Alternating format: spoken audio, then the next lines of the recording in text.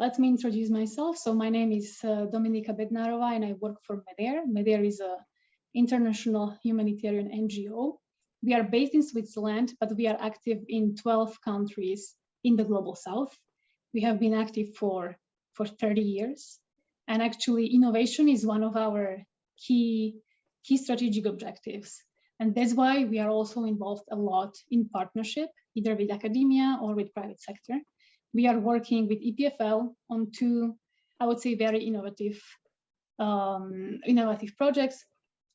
One is developing the eco-friendly tarpaulins, of which you may have seen the video just a bit before.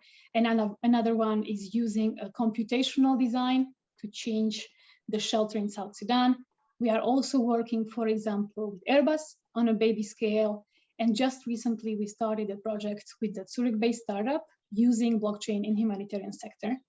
And actually, Joel Kaiser, my colleague, will help me with this workshop. And he is the project lead on the blockchain project. So if you have any questions on this, feel free to ask. We have Joel with us.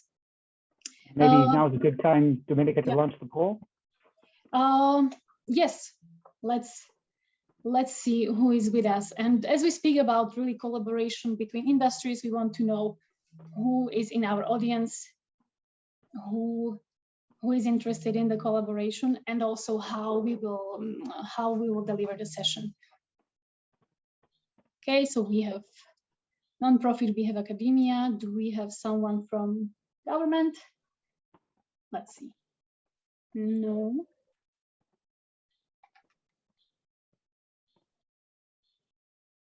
But it's a great representation. We have startup, we have private, we have nonprofit. Academia is predominant, which is great. Maybe let's now switch to the second question. What is your experience in cross-industry partnerships? Do you work a lot with other sector organizations or not?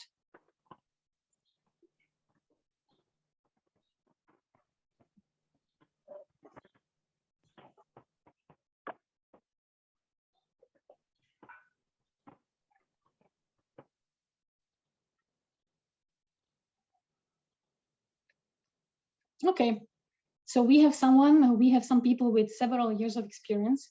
I will be really excited to hear about their experience. We have some with limited experience and no, so I hope that at the end of this 60 minutes, we will all be leaving with something that we learned or that inspired us. But let's now close the poll and jump right into the topic. Why are we here today? Why do we speak so much about the cross-industry collaboration? Well, I believe that I'm not wrong if I say that we all want to see the SDGs achieved by 2030. And I believe that I'm not wrong if I say that many of us are skeptical about that date. But this is especially also with the annual funding gap of $2.5 trillion to achieve the SDGs. But at the end of the day, we are all here because we want to contribute to combat climate change and to reduce the inequalities in the world.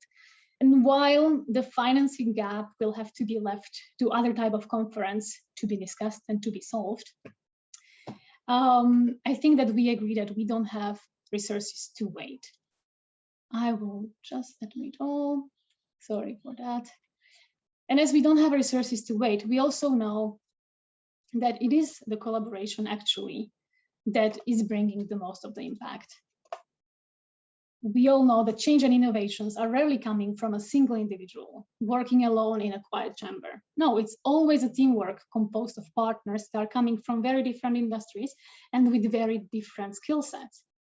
And while we are all very specialized in our sectors, with our own definitions and understanding of challenges we work at, we need to keep in mind that the biggest social problems, they arise and persist because of an extremely complex combination of actions and omissions by players in all sectors. So if we want to be solving those problems, we have to bring the actors from all those sectors around the table and ask them, how do we want to solve that? And yet, knowing all this, knowing that we have to work together, that it can bring the best innovation, the best result, if you look at the statistics, 80% of cross-sectoral partnership fail. So why don't we collaborate better? And why in many cases we actually don't even collaborate? Why are we still predominantly working in silos, afraid to shake hands? And when I say afraid to shake hands, I don't mean because of COVID. I think this fear of shaking hands has been there in our sectors even before 2020. So why do partnerships fail?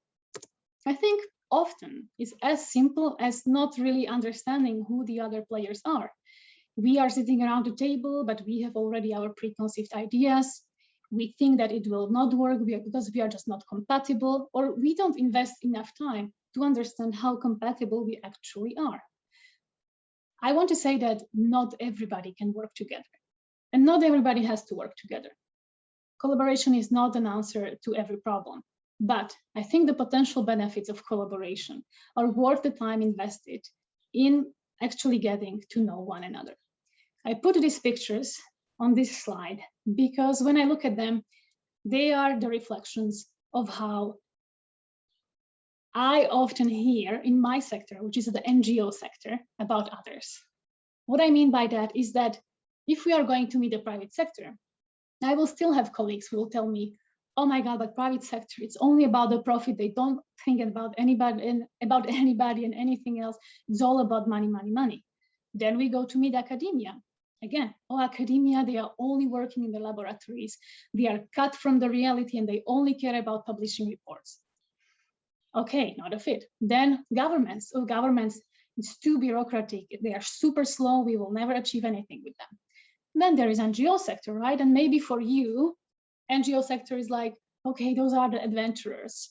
Those are the Maguires sitting there in the mud in South Sudan. But then how can we speak to them? They don't know how to run projects. They don't have some classes in project management.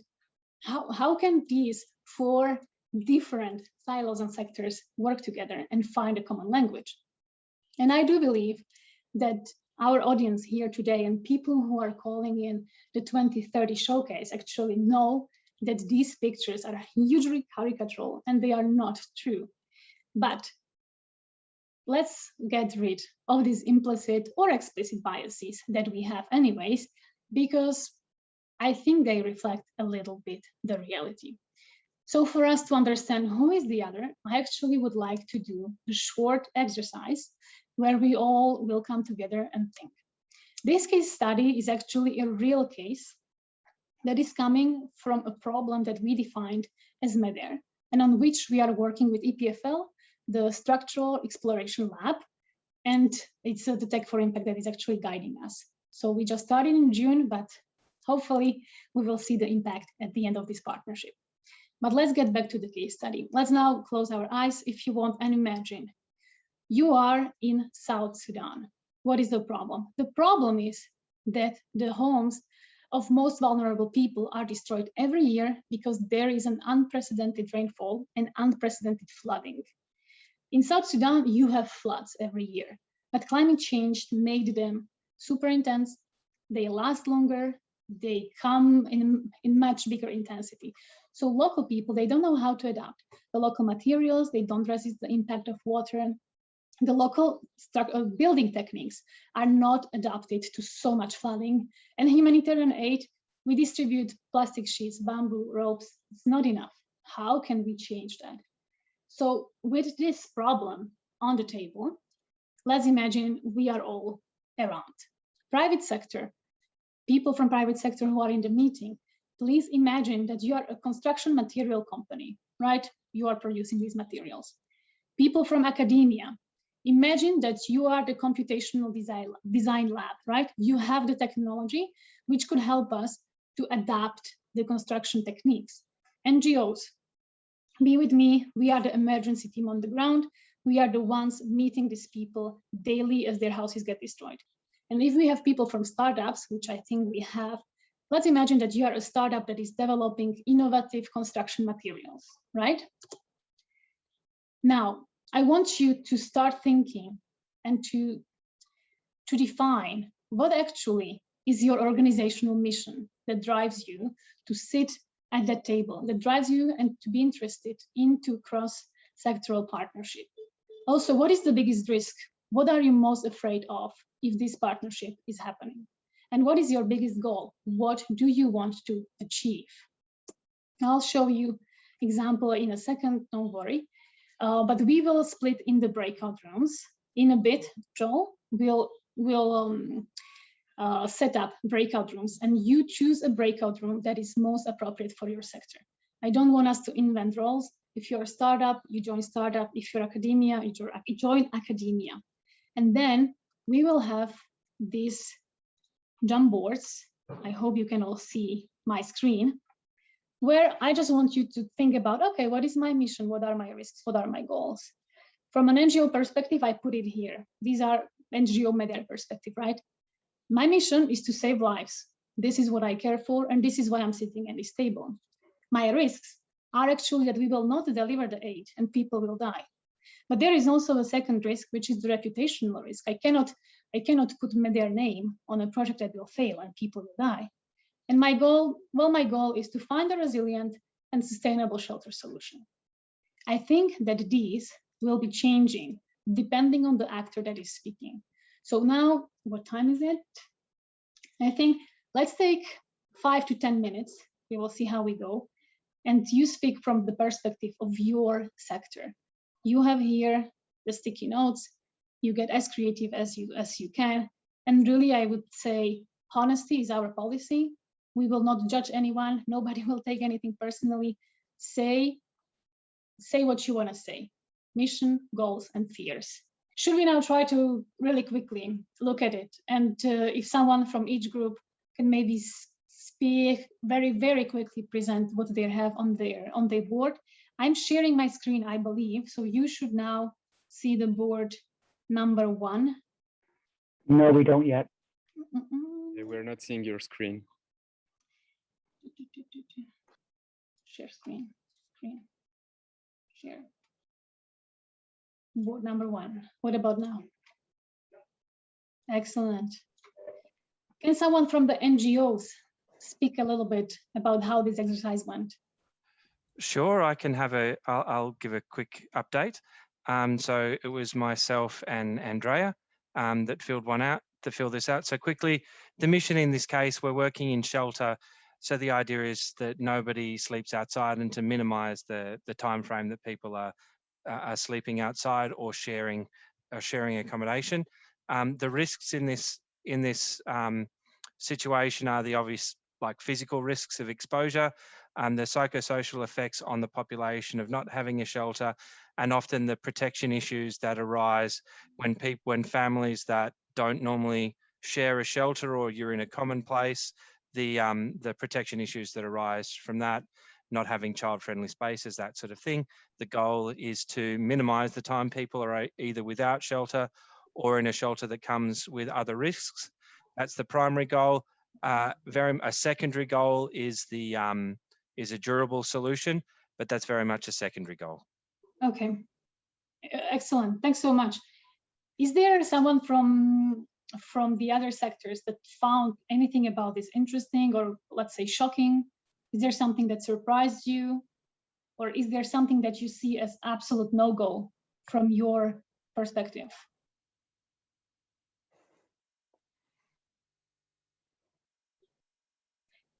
If no, that's a good sign. I'm from the NGO sector, so yes. It's a little bit, but I would just say good job for pointing out the psychosocial effects. That's a good addition. Yeah. Good. Let's move. For the sake of time, someone from private sector. I don't know who was there, but please, if someone can tell us more.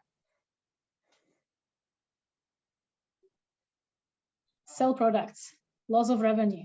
So yeah, I did these go ones. For it. I was the only person in private sector because apparently, we didn't have anyone else. So yeah, I think for mission, it was the CSR strategy, obviously, but of course, they also want to sell products. So there is some pressure on revenue there, and that leads into the risks.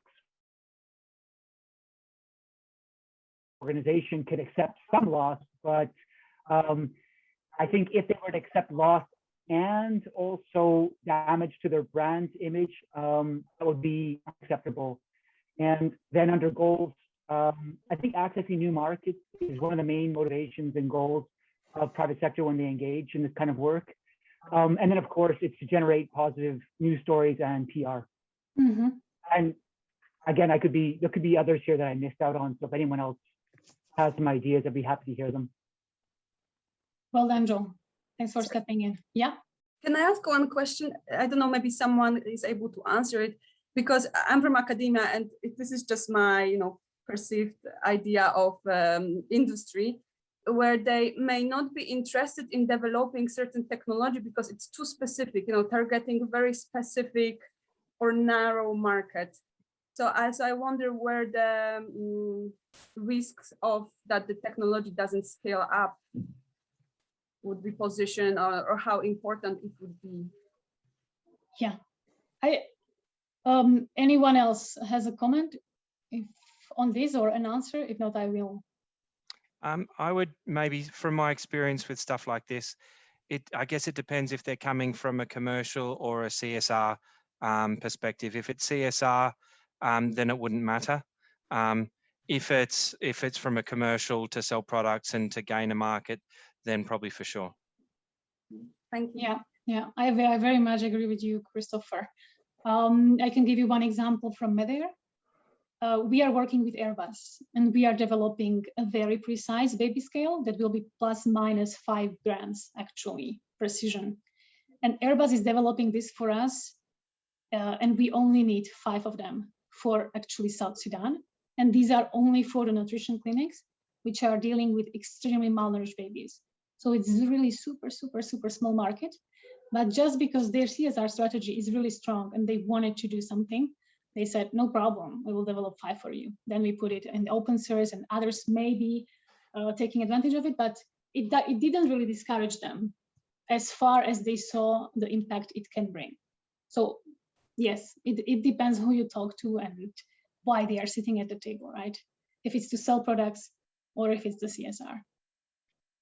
Any other comments regarding the private sector? I think. So I will just add something based on, it will depend why you do what you do. So if you just say, as a marketing, you can get, my humanitarian, I will give 5 million on that. Maybe it's just money, but maybe it's, we will give 5 million to develop a unique scale for baby, blah, blah. So it's like a marketing tool. And that's where you have to put it under CSR or marketing or something like that. But it's not at all, let's say, commercial or patents, something. And sometimes you may ask people, just give money just to have the marketing in case of developing. Then it will not, in the risk that it doesn't work, then it doesn't damage the private sector, blah, blah, something like that. Yeah. I will build a little bit on what Nadine said, that there is precisely a communication and employer branding for me, for someone, a company that does something, for example, like what you were saying, Dominika, about supporting life. It is for me, for a company that has the capacity, because a lot of them have, right? Private sector in terms, I would work for a company that has this kind of policies. So it is not commercial, as Nadine was saying, but from the point of view of what do you stand for as company? Yeah, Andrea, excellent. I couldn't agree more. Any other comments? If not, we will look at, I think, academia, which we have a great representation in the audience. So I'm excited to listen to them. Okay, with your permission, let's go to academia.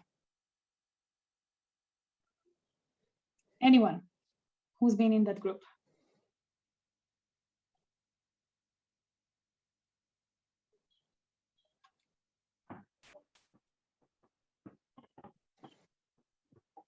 Is someone unmuting, or is it me that I don't hear anyone speaking?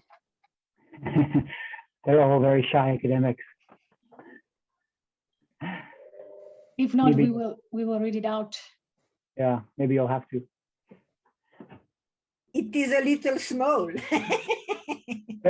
They're waiting for this work to be peer reviewed before they comment on it. I cannot read. I may be a little old, but I am unable to read anything. Let me read that and then we will comment.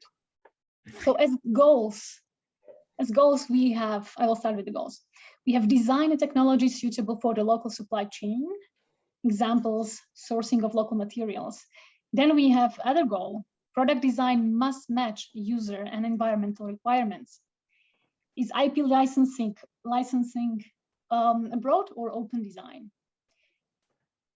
Research innovative materials which better resist to water while being retrieved mostly locally. That would be one of the goals, to find those. Establish a local network of stakeholders, very important. Customer development with affected populations to learn the exact pain points. Very good, excellent that we brought the affected populations here. Risks, timelines are not aligned, means maybe NGOs and academia work on different timelines, right? Losing resources. If we actually invest the time, PhD students, what happens if we lose it, if really the project, the partnership doesn't go anywhere? And then local negative externalities not taken into account, big risk. Most important now, mission. Technology transfer from the lab into the private sector. Another one is publishing governance and policy papers, recommendations with guidelines and tools. And also another point in the mission is policy dialogue platform, think tank. Any comments?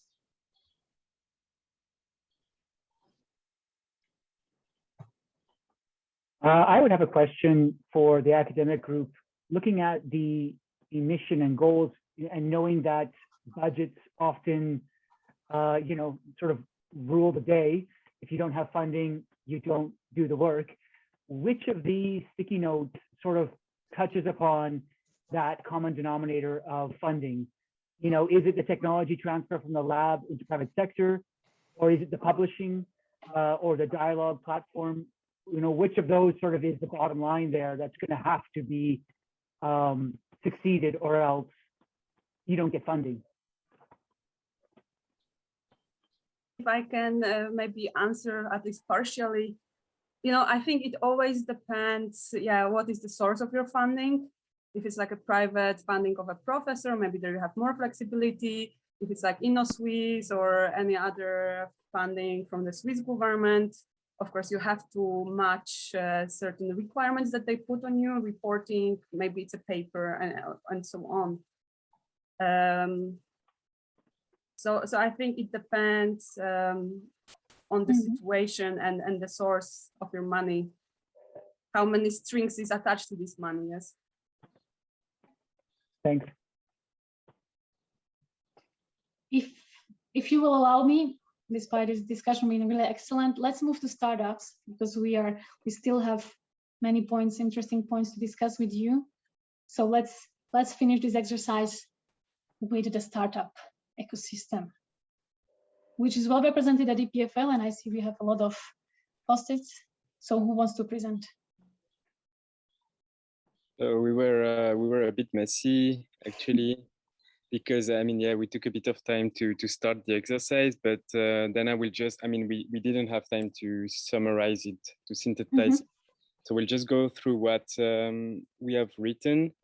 So let's start maybe with the mission. So export the resistant raw material from the neighboring countries. I don't know, Fatme, if you want to, I don't know how you want me to do it. Should I do for everyone, or should I? Yeah, yes, you can do it for everyone. Okay, I will do. Pick the most important points. Okay. Our mission is to deliver resilient and high quality shelters for humanitarian organizations. And otherwise, I see creating eco-sustainable material to be used on the field. So these are our missions. Provide cheap and resistant material was already there, I think. The risks, so timing and implementation of the pilot, learning by doing. Product not fitting, I think it was already there also. And I've put, we don't want external partners to influence too much our mission.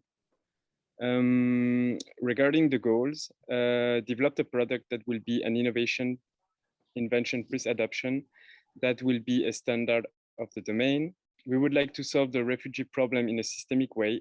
In the long run, we would like to offer refugees better solutions so that they can get access to conventional housing. And otherwise, it's helping and solving issues on field, improve current projects and current status.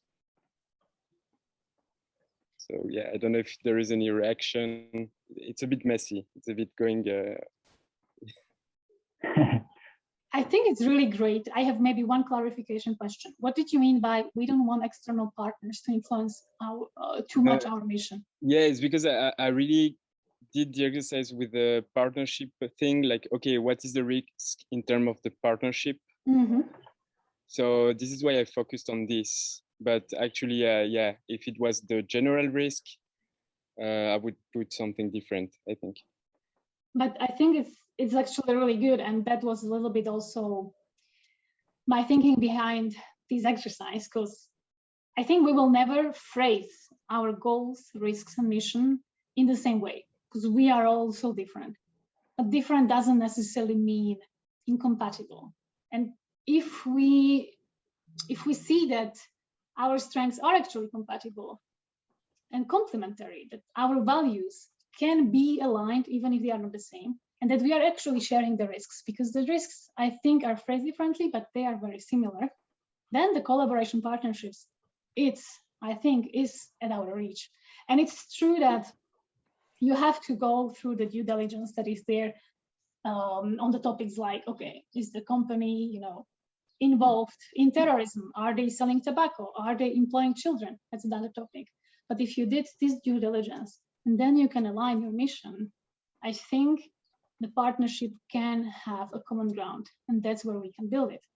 However, it doesn't mean that we will be able to lead that partnership to a very successful end, because there are still other things to look at. And actually, those are some of the points that we wanted to share with you as aspects of effective partnership management.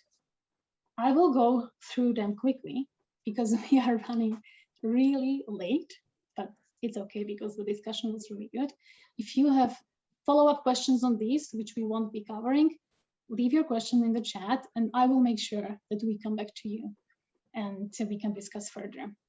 So what are these key 6 aspects that I think you always have to keep in mind as you are developing the partnership? And I can say that for Medair, we really try to keep them in mind and make sure that we tick all the boxes. The first one is really the aligned motivation. The common agenda that is taking everyone's perspectives actually into consideration, because while we won't be aligned 100%, as I already said, you must reach a shared vision. We cannot be cooperating on different goals. We are speaking here about collaboration towards one. And if we have this, then we can also have a joint approach for the solution. Because the more general the partnership is, the less well it works. So be really specific on what is the goal and what is the motivation, what do you want to achieve, and make sure that everybody understands that. Trust, key. For me, trust is really super important, and that's why I would like to talk a little bit about it at the end, so I will leave it out. But another thing, and I think it was mentioned by you, is the shared measurement system. We could also put timelines. Partners must agree on clear indicators and clear timelines on when to deliver. I saw this before in our partnership, actually, where EPFL, where NGOs was coming with completely different indicators and super strict timelines, super short vision timelines. While academia, you need more time, you measure success differently. So make sure that you are aligned on how the impact will look for all of us, and if we have a common understanding on this. And here, actually, if you ever search for shared measurement system, I think Tech for Impact, Tech for Dev concretely, they can give you very good points on how to succeed with this, because they have milestone system which they apply to their project, and it's excellent.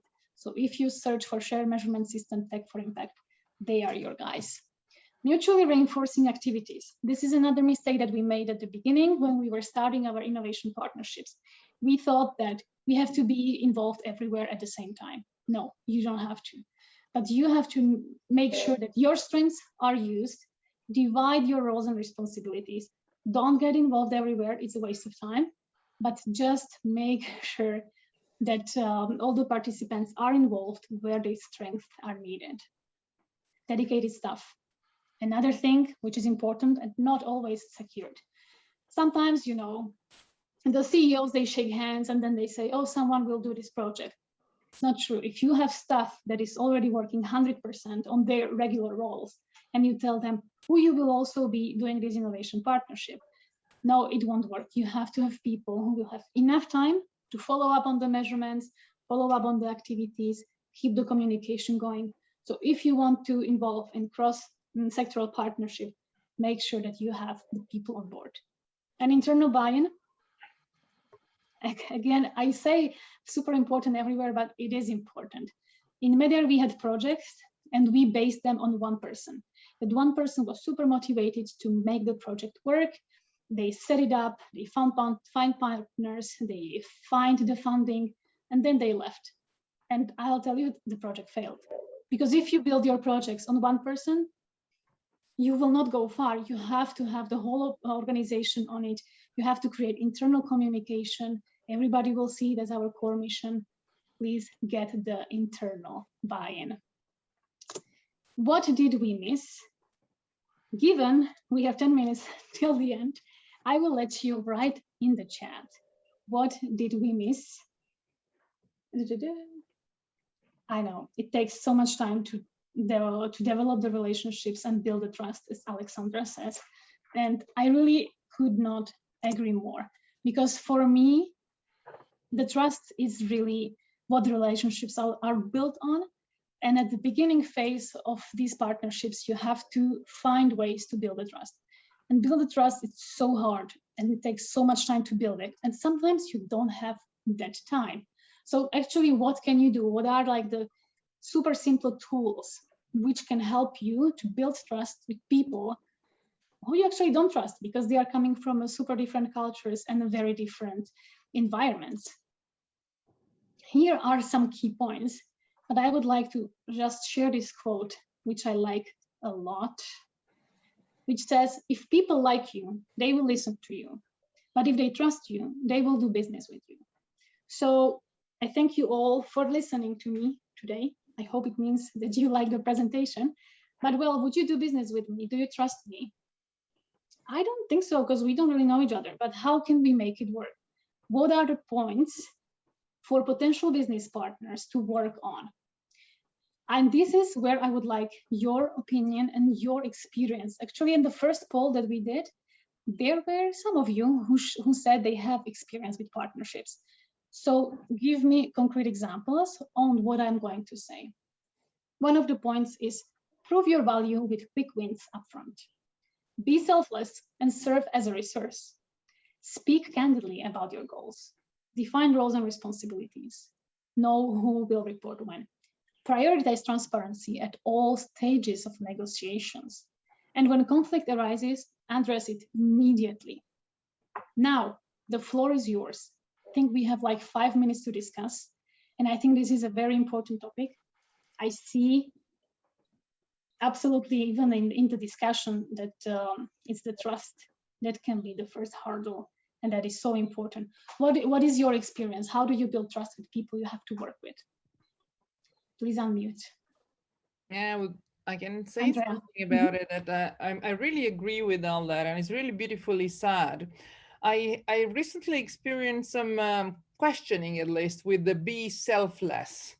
How far selfless? Because as I run a nonprofit organization, people expect, because it's also this is common rule, that a nonprofit work for nonprofit, right? So they just do things and don't expect anything in return. So how much of this, it's even in Switzerland, because we're all from Switzerland, this for example, utilité publique means that everything you do for utilité publique as a board level, you do it on a voluntary basis. I have an issue with that. Do other people in this group have experience with precisely having to do a lot of let's say be a resource, but not receive the same kind of I don't know how to put this in the for the specificity of this group, because there's a much bigger discussion on nonprofits. Yeah. And maybe just to add that to what you said, Andrea, oftentimes in nonprofits are sort of the minor partner. You know, or at least sometimes they hold the least amount of power in the relationship, and that can make the selflessness really difficult for them to manage. And I think you need to put limits on that, and that's a very difficult balance to strike. Yes. Yeah. I had similar experiences about what you were saying, Andrea, where very large organizations were asking and suggesting like that kind of approach, simply because maybe they have already donors, and so they don't care about how the others can be sustainable. Okay, so there is always this approach, and the thing that set up expectation since the beginning is a key in building trust, because if you set up expectation since day one, you can already anticipate that, and you don't go further along the line because you know already if there might be fit or not.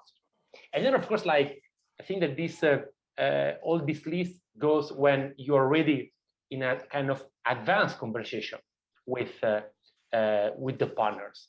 Some of them maybe are at the beginning before you strengthen the relationship, but of course, like along the line, like I clearly see where you are already speaking and doing something together to follow these steps.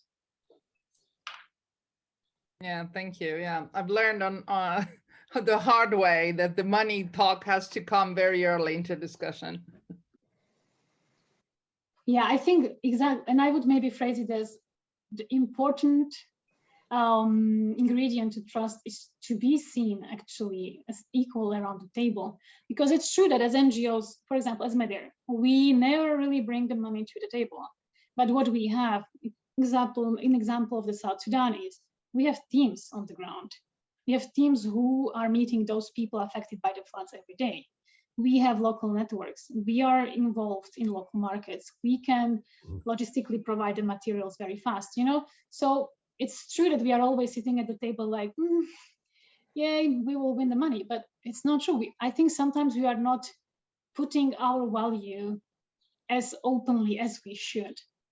And maybe it's also something to change internally in NGOs to be more confident about our value that we are bringing to the table. But that's just a thought. I'm very confident, about that. The thing is that it's expected. It's expected to lower prices or do a little bit of for free, and then we'll see how it works, and then we'll pay. I mean, come on, we have to change policies and public policies. I'm really in a war with that. A lot of things, social progress are brought by NGOs mostly. It's brought by mostly NGOs, and they struggle for funding. This is not acceptable anymore, I think. Andrea, if I can come on the other side, when you work for NGO, they think you have to give everything for free because they are NGO. You know that I am on both sides. So yeah. As a startup, when I deliver something to an NGO, they hope that I will work for free, okay? And in the other side, if I am doing something, I hope to be paid. So what you have a kind of business, let's say, okay, so you make a letter of intent, the NGO is going to use our product, blah, blah, blah. And then when you go for funding, you say, okay, the NGO XYZ said they want to use our product, so give us money so they can provide. Because it's a tricky business. Everybody wants to have everything for free and to have the best of it and blah, blah, blah, blah. So this is really, so it's nobody's fault. It's just a part that, and the academia, okay, and the timeline. So I am working for NGOs in my academia. Yes, but we want the result before June. No, the result will be given in July because at the moment you have the exam.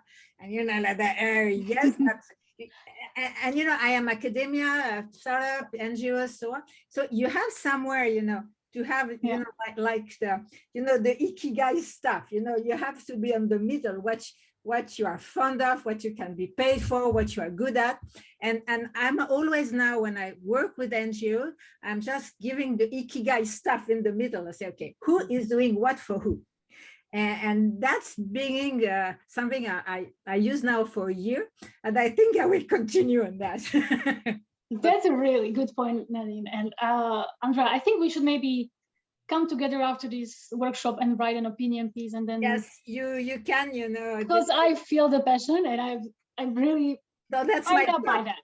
That's my job. That's what I deliver. So yeah, so please feel free to connect with me, and on the internet you will find me quite easily. I will do so. I will do so. Sorry, everyone. We have 2 minutes until you will probably try to log out. So I will just share one interesting question, and the question that I missed in my presentation. It's from Alexandra, and she's asking if some of us are partnering with foreign NGOs or foreign universities, for example, African universities or startups, and what are the biggest obstacles in such collaborations? So I answered privately to Alexandra, because this is what I do. I work in 12 African countries, in China, Indonesia, and others. And so we have the same problem. I said, they want us to work for free. And you have the problem of, I will say, techniques, because as I said to Alexandra, I give entrepreneurship courses twice a week in Africa. And it's not a week where I can continue my course. So I was in Mali and Burkina Faso last week. So we had just 2 coups d'etat. Then we had the army in the roads. Then you have no internet. Then you have electricity shut.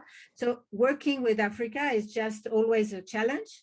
Yeah. And that's, so now it's 10 years I'm working in Africa, so I think I have quite a little, but it's always more complicated. And it also depends if you are working, I'm sorry for the, if you are working on the French-speaking Africa and English-speaking Africa, due to the way people do work. I don't know for the Portuguese one, because I don't work with them, because I work in French and in English, but it's also the relation with the government, the relation. So now for Mali, as you have the coup d'etat, everything you have put in place the last 2 years, you have just to break and then wait who is going to be in charge for the next government, and you hope it will not change in 2 weeks. That's working with Africa is that. So it is so much more difficult to build that trust, right?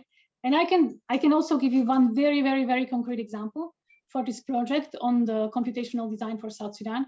We tried to actually work with the University of Juba. We started the discussions, so we're really like communication was going on. We cannot reach them for 3 weeks now. No, the emails are not returned, the phone calls are not returned, nothing. And we asked our colleagues in South Sudan, and they are just like, maybe just someone died, or maybe they have a family issue, So culturally, it doesn't mean that they are breaking the trust. For them, it's just normal not to answer your calls because they have something other, and it can be a family priority or a big life event. So when we look at trust, we also have to be aware of how trust is perceived in different countries and different cultures. So I don't know, if you sit Germans and South Koreans around one table and they will start, German super direct feedback, Koreans avoiding it, maybe it will be really difficult to build a trust. So prior to these discussions, let's always check from where we are culturally coming and how diverse we are. It's 4:01. So I will just finish with one thought. And I will just say that no massive social problem can be reduced to the solution offered by the smartest corporate technologists or the most mission-driven motivated international organization alone. We will never achieve the SDGs if we continue work in our silos. As difficult as it is, and as much time we need to first do the due diligence, build trust, I think it's worth it. As I said at the beginning, I don't believe that we all have to work in partnerships, but the impact and the change that we can bring by them, for me, they are worth the try. So if I convinced a little bit some of you today to reach out to NGOs, Medair, Alexandra, Nadine from academia, please do so. Let's at least try to make it work. Joel, I will invite you to post our contact details in the chat. 60 minutes is way too short. I would love to continue the discussion. I will go through the chat, try to answer all the questions. And with those who I passionately heard in the chat, let's keep talking. I loved it. It was my privilege to accompany you in this discussion, and I would like to continue it. So I will connect. Thank you very much. Thank you very much, everyone. And I wish you a very good end of the day.